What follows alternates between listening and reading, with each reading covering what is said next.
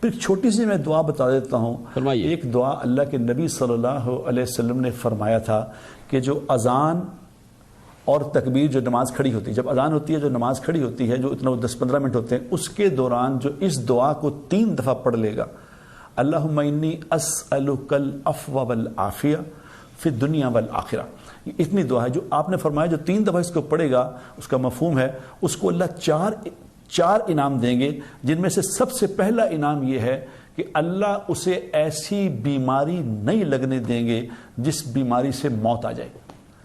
اللہ خطرناک بیماری سے اس کی حفاظت فرمائیں گے. سب سے پہلا اس کا انعام یہ ہے. اور نمبر 2 اس کا انعام یہ ہے کہ اللہ تبارک و تعالی دنیا کے ظالم لوگوں سے اس کی حفاظت فرمائیں گے.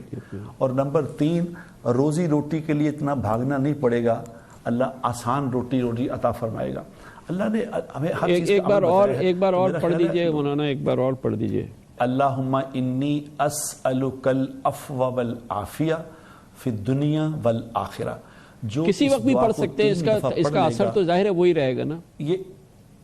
یہ میں نے اس کے لیے خصوص ہر دوا، جس طرح دنیا کی ہر میڈیسن کا اپنے اپنے وقت میں علاج ہے کہ اینٹی بایوٹک اس پہ لینی ہے، یہ بھی ایک وقت بتایا اللہ کے نبی نے کہ اذان سے اقامت کے درمیان جب نماز پڑھنے سے پہلے اس کو اگر مسجد میں نہیں پڑھ رہے، ایک نماز کھڑی ہونے سے پہلے اس کو 3 دفعہ پڑھ لیں تو انشاءاللہ اللہ ایسی بیماری سے انشاءاللہ نجات عطا فرمائے گا جو بیماری موت تک لے جائے. یقیناً انشاءاللہ تعالی. بہت بہت شکریہ جناب ندیم بٹ، تبلیغی جماعت کا ہمیں موقف پیش کر رہے تھے.